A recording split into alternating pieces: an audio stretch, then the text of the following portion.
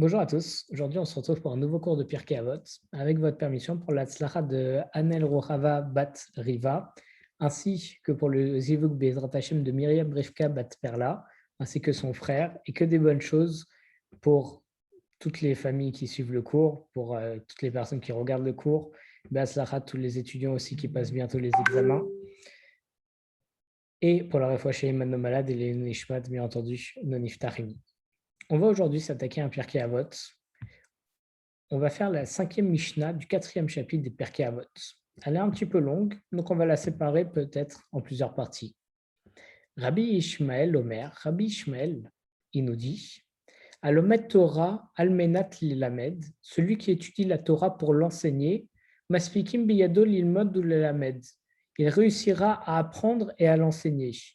Valomed almenat lasot, et celui qui étudie la Torah, mais pour pouvoir la pratiquer, Masfikim biyadol limod lamed lishmor velasot.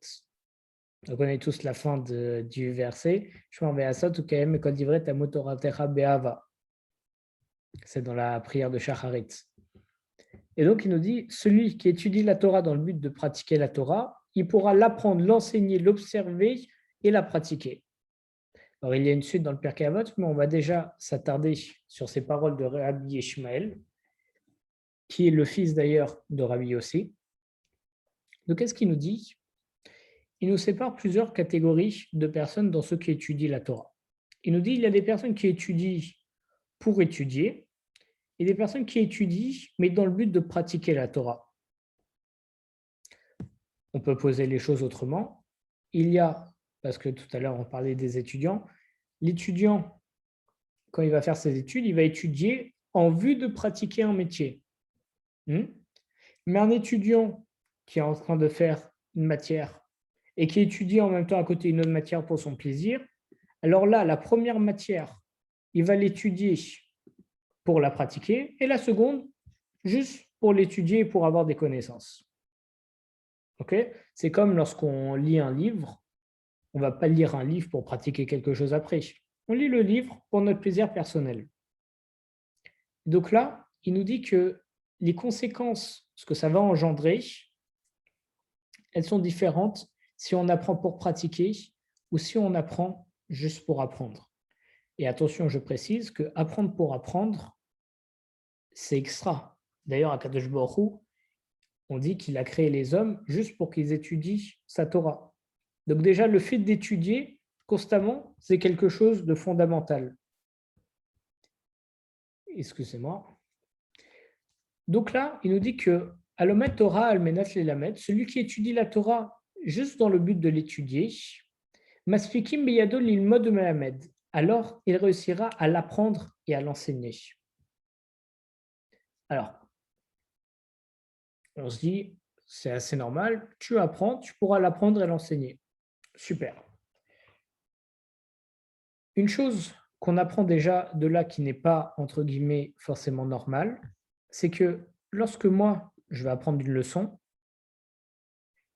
c'est pas forcé que je vais la retenir et que je vais la comprendre. Et c'est encore moins forcé que je puisse l'enseigner après, parce que pour l'enseigner, il faut que j'ai un certain niveau. Et là, qu'est-ce qu'il nous dit? C'est celui qui apprend, qui étudie la Torah, il pourra à la fois l'apprendre, c'est-à-dire la retenir, et l'enseigner. C'est-à-dire à Kadosh Baruch Hu, lorsqu'on étudie sa Torah, il nous donne, entre guillemets, un gros coup de boost. Un coup de boost à tel point que la Gemara, à mon sens, c'est une des choses les plus complexes qui existent au monde, une des études les plus complexes qui existent au monde. D'ailleurs, on dit que tu ne peux pas dire que tu as commencé à apprendre une Gemara si tu ne l'as pas révisé au moins 4 fois. Et plus tu apprends la Gemara, plus tu te rends compte qu'en réalité, tu n'as rien compris la première fois. Et c'est sans arrêt un renouveau. Et avec tous les commentateurs qu'il y a, il y a des dizaines d'explications sur chaque mot de la Gemara. Et c'est extrêmement complexe. Donc on se dit, moi, voilà, aujourd'hui, je ne suis pas très intelligent. Comment est-ce que je pourrais réussir à comprendre la Gemara, à essayer d'apprendre la Gemara?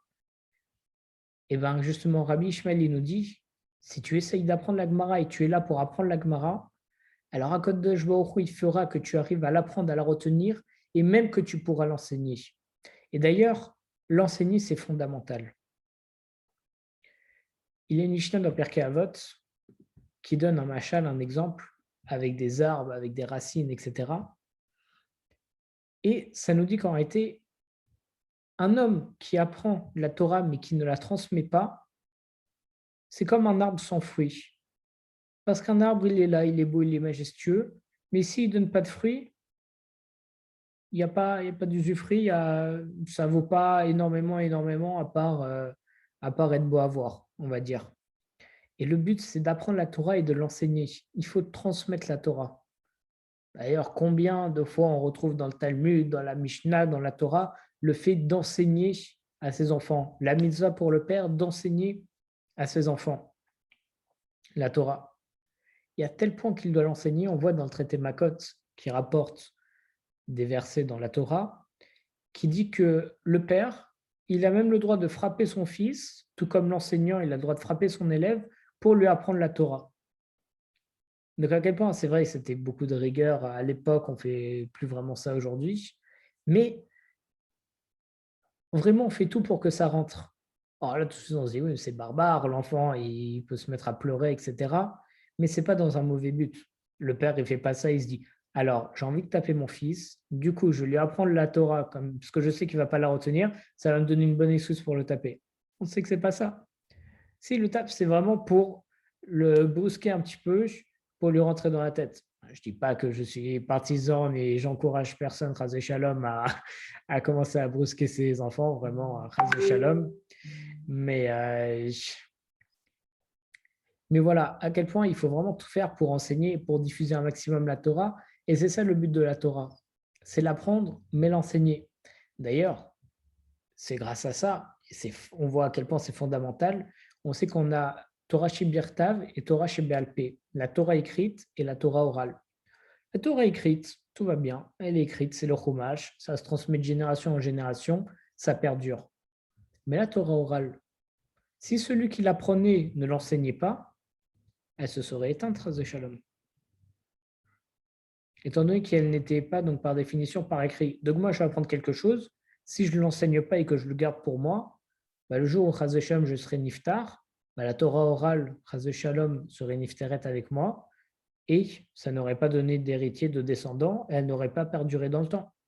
Alors on sait que les sages, ils ont décidé de la mettre par écrit, étant donné qu'il commençait à y avoir des perditions. C'est pour ça qu'on a la Gemara, la Mishnah, etc., qui font partie de Torah Shebalpé, de la Torah orale. Mais on voit à quel point c'est essentiel de transmettre tout ce qu'on apprend. Et c'est pour ça que Rabbi Ishmael nous dit, celui qui apprend la Torah, à la fois il pourra l'apprendre, il pourra aussi l'enseigner. C'est-à-dire, lui aussi, ça devient un vecteur pour transmettre la Torah. Il reçoit, mais il peut aussi donner. Et ça, c'est primordial. Ensuite, il nous donne une deuxième étape. Il nous dit, Valomet almenat la sot, et celui qui apprend dans le but de pratiquer la Torah, maspikim biyadol ilmod melamed lishmor velasot. Alors, il pourra l'apprendre, l'enseigner, l'observer et la pratiquer. Lishmor qui veut aussi dire garder, shomer. Donc là, on voit que celui qui fait dans le but de pratiquer, il va un cran au-dessus. C'est comme on a parlé plusieurs fois des différences entre sentir et ressentir, de paraître et d'être, la différence de théorie et pratique. La différence entre les deux, c'est que, par exemple, je sais quelque chose. Voilà, j'ai écouté un cours sur l'Aïmouna, super, je sais que Dieu il est là, qui régit le monde, etc.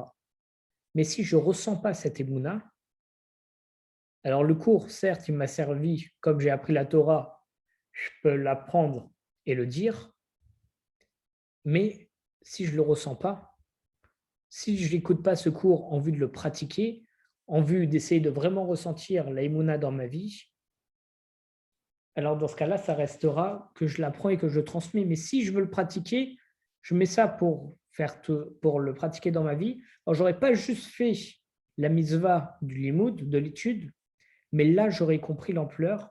Et c'est là où je peux commencer à me rapprocher d'Akadosh Baruch Hu et à connaître Akadosh Baruch Hu.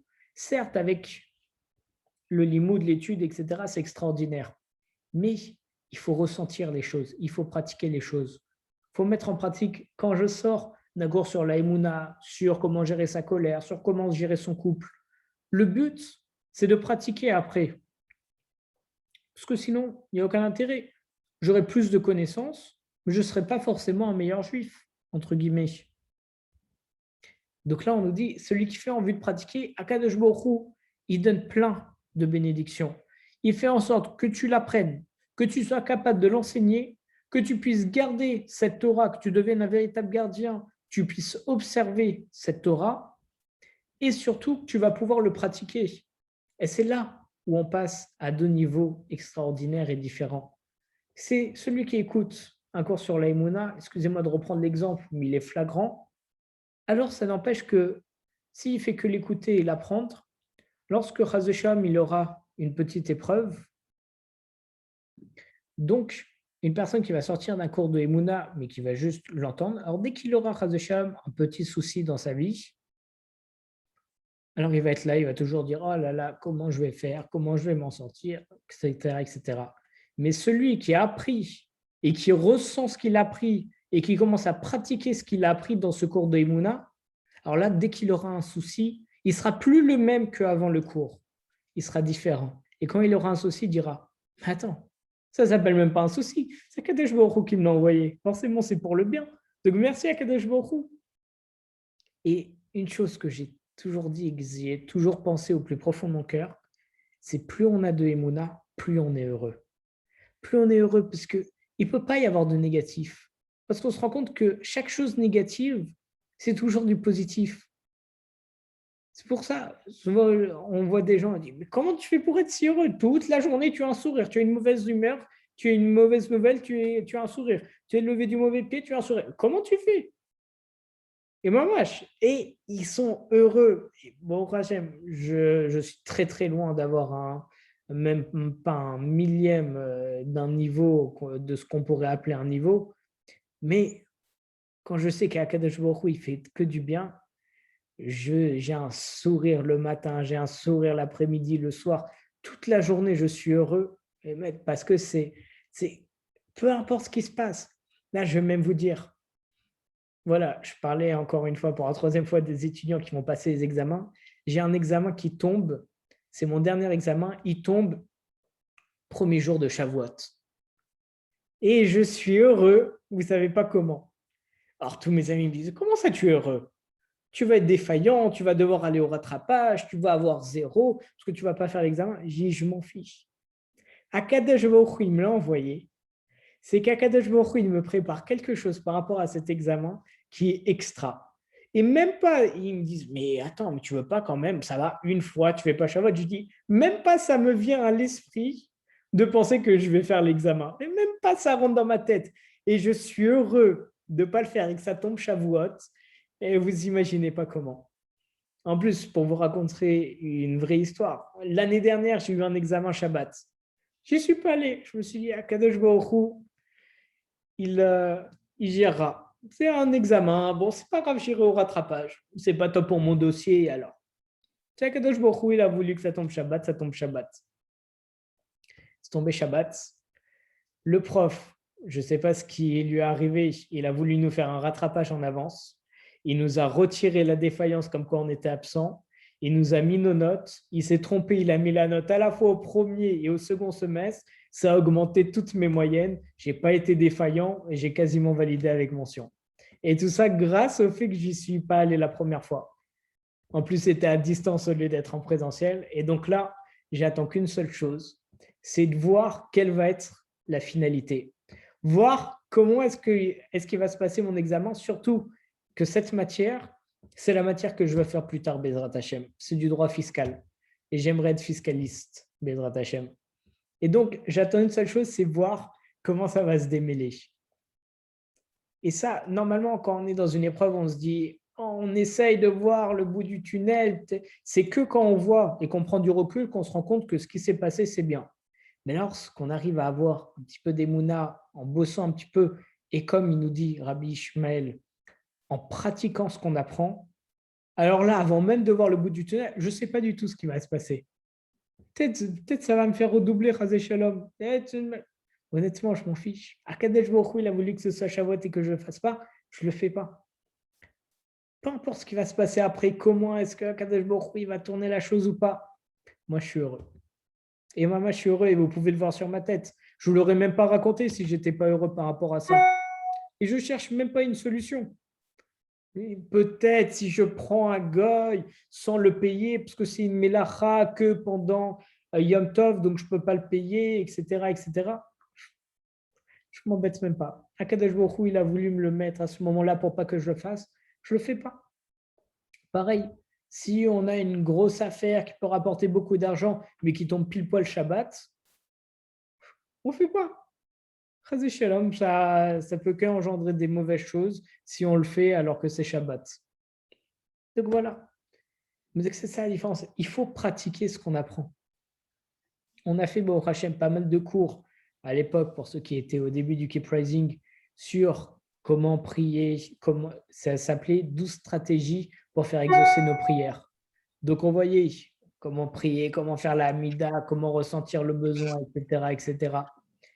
Et, mamash, quand on ressent ça, j'ai des amis qui sont venus voir en me disant, c'est génial, on a appris ces cours-là, on les a ressentis, notre prière, elle est changée. Et d'autres personnes qui m'ont dit, ouais, les cours, ils étaient bien, on passait une petite demi-heure à étudier comme ça. Et voilà, c'était une demi-heure de gagner. Mais leur prière n'a pas changé. Alors que d'autres, ils me disent, c'est extraordinaire, je fais ma prière totalement différemment et je sens qu'elle est beaucoup mieux exaucée, etc. Baruch Hashem, Baruch Hashem. Et ça, c'est la différence entre ceux qui apprennent juste pour apprendre et ceux qui apprennent, mais pour pratiquer. Donc, pour revenir à la Mishnah, ce que Rabbi Ishmael nous dit, celui qui apprend, alors il pourra apprendre et enseigner, mais celui qui apprend en vue de pratiquer, alors il pourra apprendre, enseigner, observer et pratiquer. Et c'est là où il va ressentir la chose. Et c'est là où Bezrat Hashem il va s'améliorer, être une meilleure personne et se rapprocher d'Akadosh Baruch Hu.